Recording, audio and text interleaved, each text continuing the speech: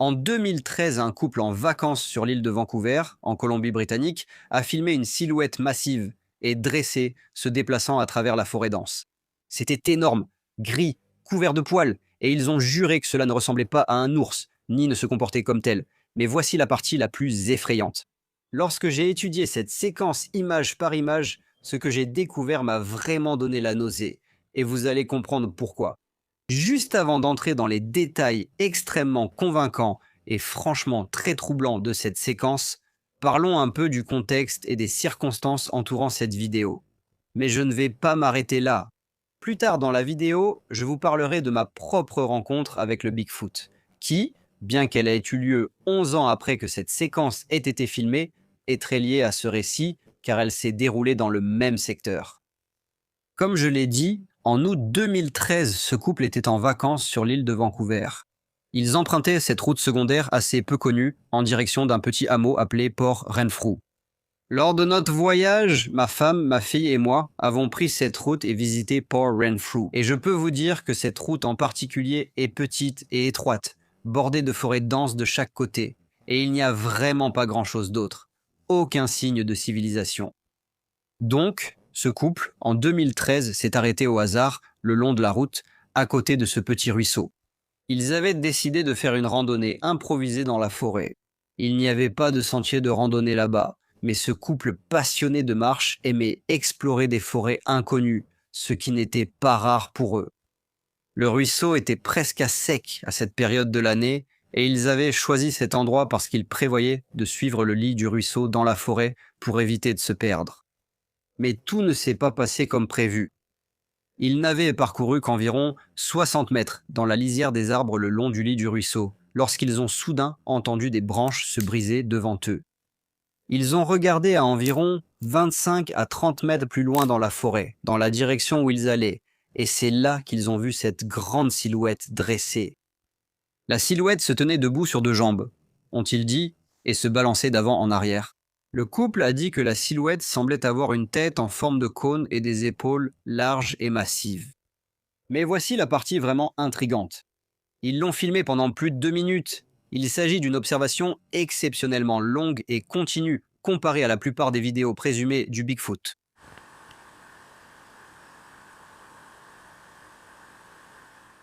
Plus tard, l'homme a mis en ligne une vidéo de suivi sur leur chaîne, Gulf Island Rock, décrivant les mêmes détails que nous voyons dans le clip et ajoutant beaucoup de contexte supplémentaire.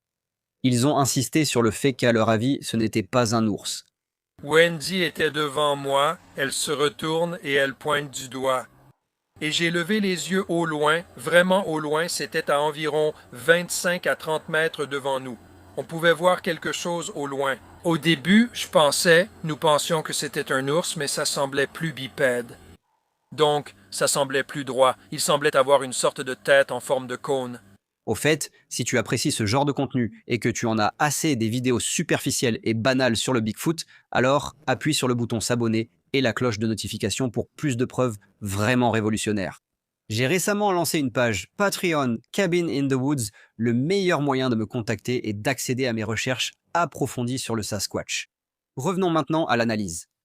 Alors, quels sont les détails les plus convaincants de cette vidéo? Qu'est-ce qui évoque le plus clairement un Sasquatch? Eh bien, tout d'abord, on voit ce qui ressemble beaucoup à une tête conique. Le couple qui a filmé la scène le remarque, et c'est assez évident à certains moments de la vidéo. Lorsque vous examinez et faites défiler ces passages d'avant en arrière, vous pouvez voir cette tête inclinée en forme de cône et ce front plutôt plat, assez horizontal, qui rappelle beaucoup la forme du crâne des gorilles. On voit aussi ce qui ressemble à un dos très musclé et ce qui semble clairement être une épaule, avec la partie supérieure de ce qui serait le bras droit de la créature pendant hors du champ de vision. Il y a aussi un moment où l'on peut voir ce qui ressemble vraiment beaucoup à des détails du visage. Si vous regardez attentivement lorsque la créature pivote ici, dans le contexte de cette tête en forme de cône, semblable à celle d'un singe, vous pouvez voir ce qui ressemble à un menton. Vous pouvez voir ce qui pourrait bien être un nez, large et plat, comme cela est souvent rapporté lors des observations de Sasquatch, et ce qui pourrait même être un œil, ou du moins une cavité oculaire. Ce qui me frappe le plus lorsque je regarde ceci, c'est que non seulement cela ressemble beaucoup à un visage sur une tête conique de type simiesque, mais ce visage ressemble fortement à celui de Patty, le sujet du célèbre film Patterson-Gimlin. En particulier dans cette image améliorée réalisée par l'archiviste photo Todd Gatewood. Ceci est une image non retouchée, simplement améliorée en utilisant les informations visuelles originales capturées par la caméra de Roger Patterson. Aucune IA n'a été utilisée dans cette restauration par Todd Gatewood. Et regardez les similitudes, non seulement dans les traits du visage, mais aussi dans la forme générale, dans l'impression, et dans le fait que Patty et le sujet de cette vidéo de 2013 de Paul Renfrew semblent tous deux tourner entièrement leur corps pour regarder vers la caméra. C'est une caractéristique commune des observations de Sasquatch. Ils n'ont pas de cou, donc ils ne tournent pas la tête quand ils regardent. C'est tout leur corps qui tourne, et on peut clairement le voir ici. Mais un détail m'a échappé au premier regard en parcourant ces images. Et franchement, c'est ce détail qui m'a le plus troublé. Si vous regardez ici, sur la partie gauche de l'écran pendant que je fais défiler, vous pouvez voir le mouvement des feuilles et du feuillage. Mais le problème, c'est que ce mouvement est plus éloigné du corps principal de la créature qu'il ne devrait l'être si c'était un ours.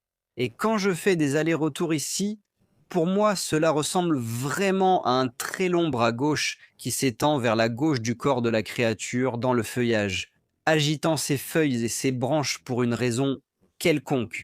Peut-être attrapait-elle quelque chose qu'elle croyait être de la nourriture, se stabiliser ou étirer son bras pour soulager une tension musculaire. Qui sait? Mais il y a ici une zone blanche très visible et très nette qui pourrait bien être la main de la créature pendante vers le bas. Et encore une fois, en avançant image par image, même si c'est très obscurci par le feuillage, on a une forte impression qu'il y a un long bras gauche étendu sur le côté ici. C'est le genre de longueur de membre et de position qu'un ours n'aurait jamais. D'autres créatures le feraient sûrement, comme les orang-outans. Mais aussi troublante que soit la constitution et la forte impression d'un long bras gauche de type primate dans cette vidéo, ce ne sont certainement pas les seuls éléments qui la rendent si convaincante. Parce qu'ensuite, il y a la couleur du sujet. La silhouette avait ce pelage gris ou argenté. L'île de Vancouver abrite des ours noirs. Certaines personnes disent qu'il y a des grizzlies dans quelques régions, mais officiellement, les grizzlies ne sont pas une espèce répertoriée sur l'île de Vancouver. Maintenant, une petite parenthèse ici, parce que je sais déjà que quelqu'un va essayer de lancer un débat avec moi dans les commentaires à propos de la présence d'ours grizzlies sur l'île de Vancouver. Pour être clair, je ne dis pas que les ours grizzlies ne mettent jamais les pieds sur l'île. Je dis simplement qu'ils sont rares. Pendant notre visite, les habitants nous ont même dit qu'il arrivait parfois que des ours grizzlies nagent depuis le continent jusqu'à la pointe nord de l'île, bien qu'ils ne restent jamais très longtemps et toujours en très petit nombre. Maintenant, la zone nord de l'île, où les ours grizzlies traînent exclusivement lorsqu'ils visitent l'île de Vancouver, est très éloignée de Port Renfrew, là où les images dont nous parlons aujourd'hui ont été capturées. C'est le seul point que je voulais souligner. Je ne dis pas que les grizzlies ne vont jamais sur l'île de Vancouver, mais que c'est rare, temporaire et jamais près de Port Renfrew. Les ours noirs sont absolument l'espèce d'ours prédominante là-bas. Et les ours noirs sont, comme on peut s'y attendre, presque toujours noirs. Parfois, ils peuvent avoir d'autres couleurs comme cannelle, mais le gris est extrêmement rare. Ensuite, il y a l'impression de taille. Le couple, qui avait déjà vu de nombreux ours lors de leurs différentes randonnées, a dit que celui-ci paraissait nettement plus grand que n'importe quel ours noir, même debout sur ses pattes arrière, ce que, encore une fois, ce sujet était clairement. Il y avait en fait une sorte d'odeur de moisi, n'est-ce pas? Ce n'était pas intense, plutôt subtil. J'ignore si les ours sentent mauvais. Quelqu'un a dit que c'était un ours noir. Je ne crois pas que c'était un ours noir, j'en ai déjà vu. Et il semblait assez gros. Et elle regarde à travers la caméra et zoome sur cette chose. Je la vois de loin, mais elle semblait assez grande et elle avait l'air d'avoir des épaules. C'est ce que j'ai vu. La carrure de la créature suggère des épaules carrées et un torse en tonneau, pas les épaules étroites et inclinées d'un ours debout. Même les ours grizzly debout, qui encore une fois ne vivent pas dans cette région, ont des épaules étroites. Ils n'ont pas cette carrure large de bodybuilder au niveau du haut du corps. Ensuite, il y a le comportement. Le sujet est resté debout en continu pendant plus de 2 minutes pendant que le couple filmait, se balançant doucement d'avant en arrière.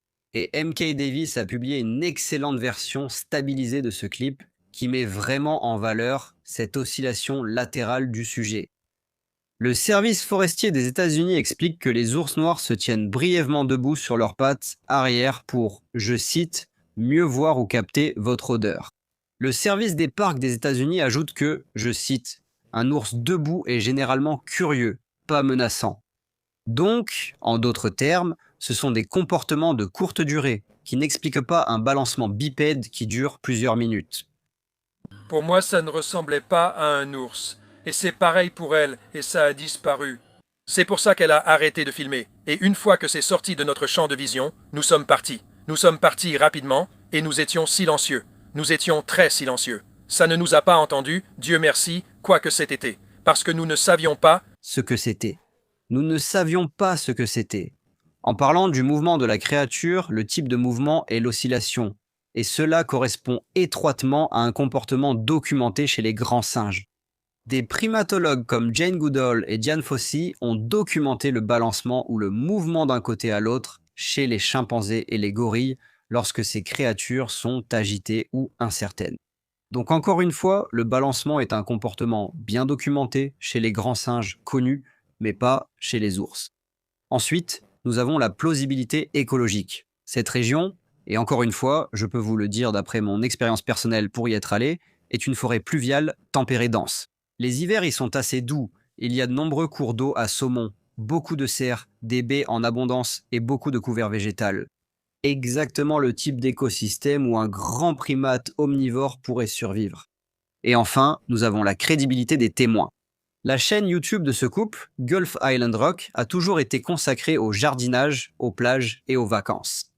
Aucun parti pris concernant Bigfoot avant ou après cet événement. En fait, ils n'ont publié que 2 vidéos liées à Bigfoot, la séquence originale de cette créature et l'explication de suivi de l'homme.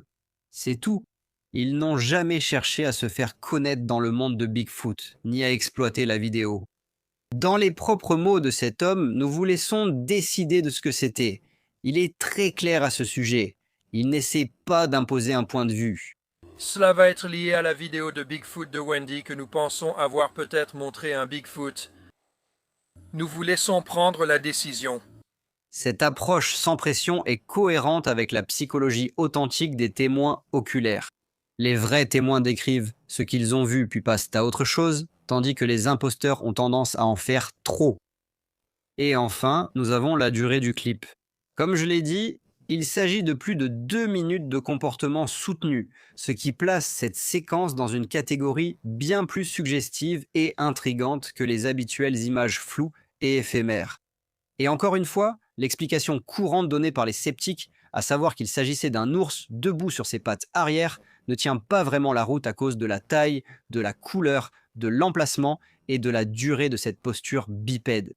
Maintenant, laissez-moi vous parler du lien avec ma propre rencontre avec le Bigfoot, qui a eu lieu en septembre 2024 à environ 50 km de l'endroit où ce couple a filmé ce qu'ils ont filmé, à peu près. Donc, il y a un an, au moment de cette vidéo, dans un petit village appelé Shirley, en Colombie-Britannique, à l'extrémité sud de l'île de Vancouver, j'étais en vacances avec ma femme et ma fille lorsqu'une pierre a été lancée sur ma fille et moi. Elle venait d'une forêt au sommet d'une falaise où, à mon avis, aucun humain ne pourrait réellement accéder. Cette petite pierre a été lancée à une vitesse presque comparable à une balle. Elle a frappé cette bûche que nous étions en train d'escalader avec un écho retentissant, très effrayant, très surprenant, très inexplicable, étant donné l'endroit d'où elle venait. Plus tard dans la journée, j'ai entendu ce grognement étrange, presque humain, et pourtant pas tout à fait humain, avec aussi une certaine qualité animale dans cette forêt dense près du chalet où nous logions. C'était tout près de l'endroit où cette pierre avait été lancée sur ma fille et moi.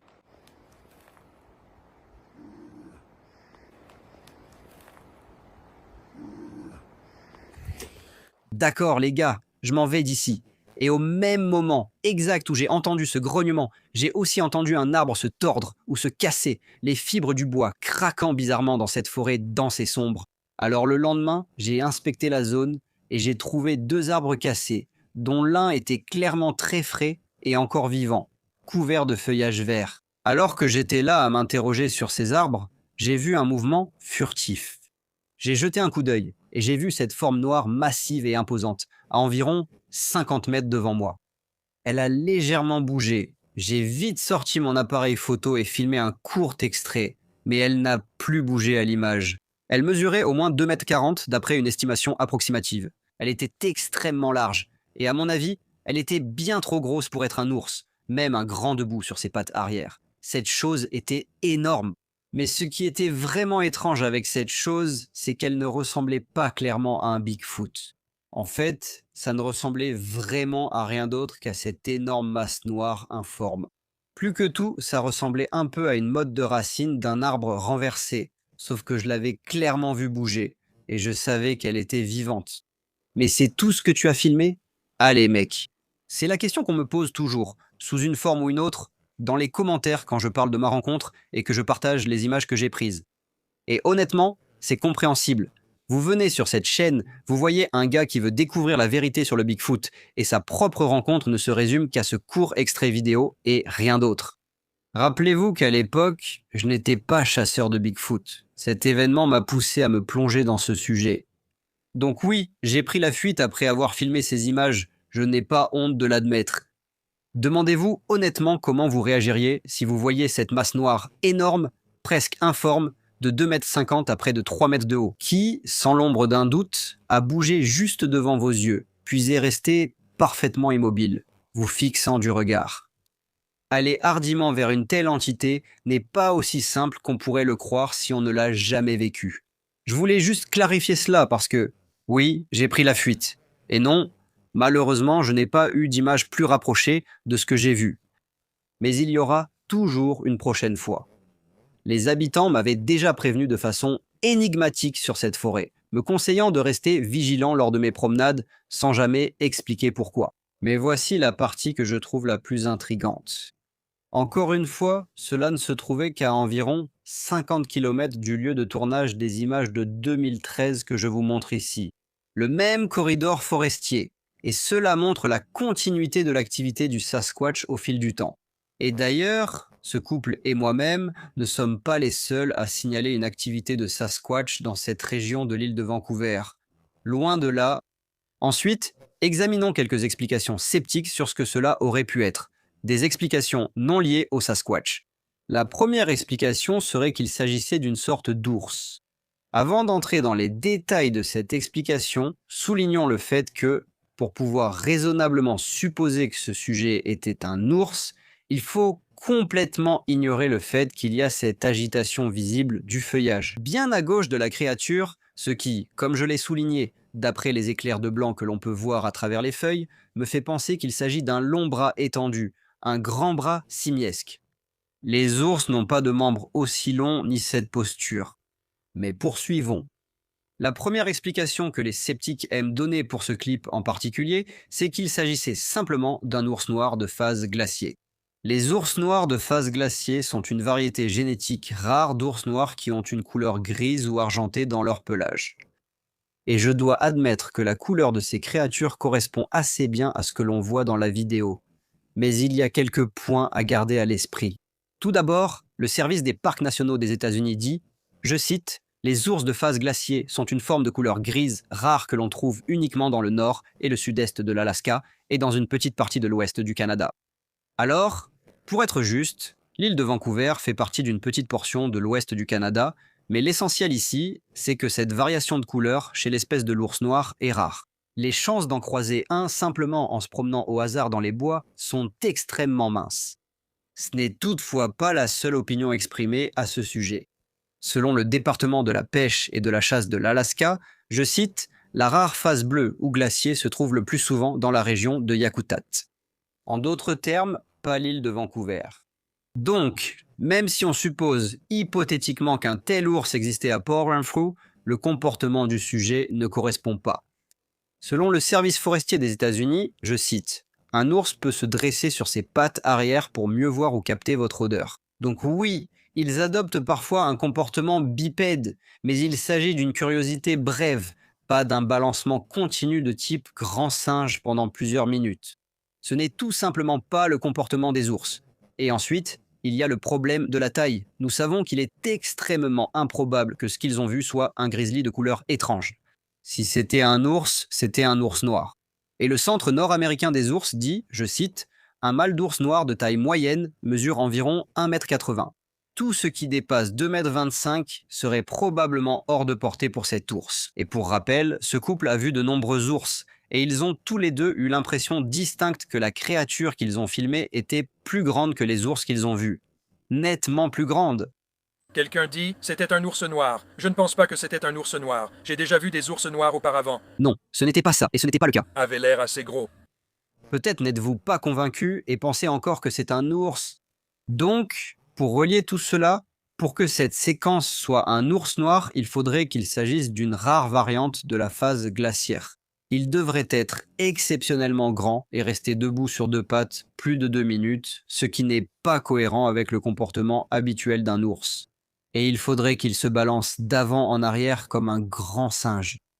Les chances que tout cela s'aligne exactement à l'endroit où ce couple a décidé de faire une randonnée spontanée sont astronomiquement faibles. La prochaine affirmation sceptique est un classique parmi les vidéos supposées du Bigfoot, à savoir qu'il s'agissait d'une personne déguisée. C'est tellement ridicule que je n'ai presque pas envie d'y répondre, mais je vais le faire, par souci d'exhaustivité. La route vers Port Renfrew est une seule route étroite, comme je l'ai dit, bordée d'une forêt extrêmement dense, sur de nombreux kilomètres. Je le sais car je l'ai parcouru en voiture. Il y a peu d'aires de repos et aucun moyen de prévoir où les randonneurs pourraient me s'arrêter.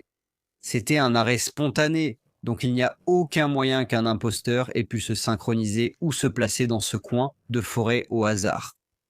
Alors, quelle est la conclusion à propos de cette séquence censée montrer le Bigfoot ? Eh bien, encore une fois, les témoins n'avaient aucun lien avec les communautés de Bigfoot et n'ont jamais essayé de tirer profit ou de gagner en notoriété grâce à la vidéo. Leur chaîne traite du quotidien, des vacances et du jardinage, mais pas de la chasse aux créatures mystérieuses. Leur attitude est également discrète. Ils n'en font pas trop du tout. Nous ne savions pas ce que c'était. Oui, je me suis dit, mon Dieu, C'est à vous de décider en regardant la vidéo et comme je le dis, laissez vos commentaires. Et je trouve les commentaires intéressants, qu'il s'agisse des sceptiques qui critiquent ou des personnes qui approuvent. Très bien, en tout cas, merci d'avoir regardé. la séquence offre-t-elle assez de détails visuels pour une conclusion ferme ?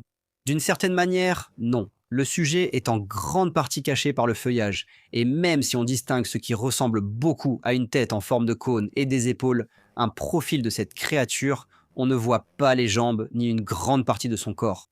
On pourrait croire qu'il est difficile de trancher. Mais pour citer Sherlock Holmes, lorsque vous éliminez l'impossible, ce qui reste, aussi improbable que cela puisse paraître, doit être la vérité. Voici donc mes réflexions finales à propos de cette séquence. Est-ce un grizzly ? C'est impossible, car il n'y a pas de population résidente officiellement reconnue. Et bien qu'il y ait probablement quelques individus qui traversent à la nage par le nord de l'île, selon les habitants, ce n'était pas le nord de l'île. Loin de là. De plus, les ours grizzly n'ont pas des épaules carrées et massives, ni une tête en forme de cône. Est-ce un ours noir de couleur glacier, gris argenté ? Ce sont des animaux extrêmement rares, et le comportement du sujet dans la vidéo n'est pas cohérent avec le comportement connu des ours. Cela aurait-il pu être un canular ? La logistique, l'absence de motif et le manque total de preuves d'un canular nous montrent que c'est une hypothèse totalement infondée. Ajoutez à cela le fait que la côte de l'île de Vancouver est, selon tous les témoignages, l'habitat potentiel parfait pour les Sasquatch. Et aussi la crédibilité du témoin et le comportement de balancement simiesque. Sans oublier la continuité de ma propre observation et d'autres observations dans la région. Et la conclusion est vraiment inévitable. Ce n'était pas un ours, ce n'était pas un canular, c'était un Sasquatch. Voilà donc ce que nous avons. Une séquence vidéo qui, même au premier coup d'œil, est pour le moins extrêmement intrigante. Et lorsque vous examinez tous les détails entourant la séquence ainsi que le témoignage du couple qui l'a filmé, c'est carrément troublant, et cela constitue un argument très solide en faveur de son authenticité. Honnêtement, j'en ai encore la chair de poule quand je repense à cette tête conique, à ce long bras gauche tendu, à cette épaule et à ce dos épais et musclé. Il y a des choses dans les bois, les amis, que certaines personnes ne veulent pas que nous sachions. Mais bref, dites-moi ce que vous pensez de cette vidéo. Ai-je présenté un argument convaincant ici, ou êtes-vous toujours sceptique? Pensez-vous toujours que c'était un ours ou un homme portant un épais tapis gris? Dans tous les cas, j'aimerais beaucoup connaître vos avis dans les commentaires ci-dessous. Merci beaucoup d'avoir regardé cette vidéo. Si elle vous a plu, merci de mettre un j'aime, de la partager avec votre famille et vos amis et de vous abonner à Cabin in the Woods. On se retrouve dans la prochaine vidéo.